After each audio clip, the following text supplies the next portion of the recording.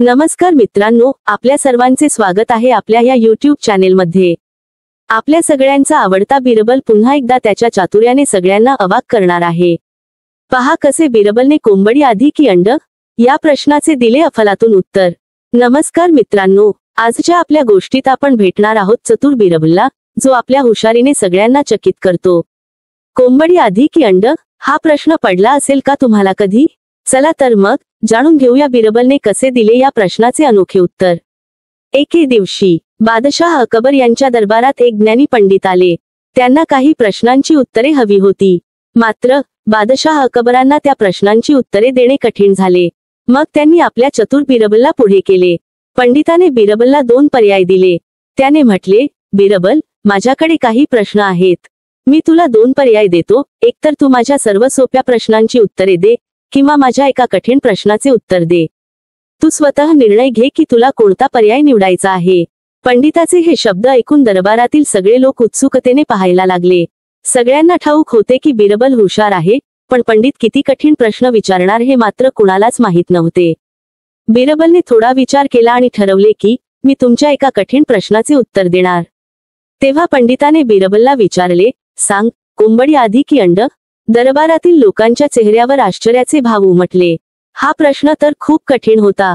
सगळ्यांना या प्रश्नाचे उत्तर जाणून घेण्याची खूप उत्सुकता लागली होती। दरबारात एकदम शांतता पसरली होती आणि सर्वांच्या नजरा बिरबलवर खिळल्या होत्या। हा प्रश्न तसा साधा वाटतो, पण विचार केला तर याचे उत्तर शोधणे कठीण आहे।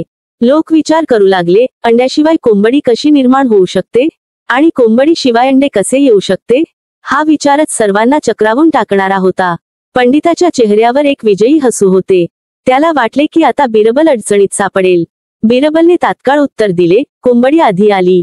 पंडित आश्चर्यचकित झाला आणि त्याने त्याला विचारले, तू इतक्या सहजपणे कसे सांगू शकतोस की कोंबडी आधी आली? बिरबलने हसत उत्तर दिले, हा तुमचा दुसरा प्रश्न आहे आणि मला तुमच्या एका प्रश्नाचेच उत्तर द्यायचे होते।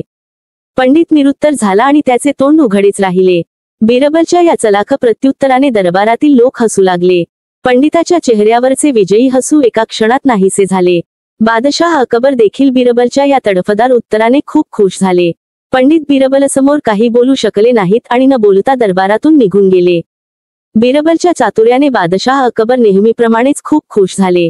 यापासून आपण शिकतो की योग्य विचार आणि संयम ठेवून प्रत्येक प्रश्नाचे उत्तर आणि समस्येचे निराकरण करता येते।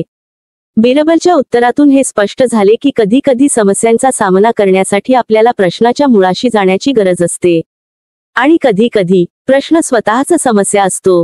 बिरबलने पंडिताला त्याच्या शब्दांच्या जाळ्यात अडकवून ठेवले आणि आपले चातुर्य दाखवले। तर मित्रांनो, ही होती चतुर बिरबल, कोंबडी आधी की अंड ची गोष्ट। तुम्हाला कशी वाटली? कमेंट करून नक्की कळवा, आणि अशाच आणखी मनोरंजक गोष्टी ऐकण्यासाठी आपल्या चॅनलला सबस्क्राईब करा आणि बेल आयकॉनवर क्लिक करा। धन्यवाद।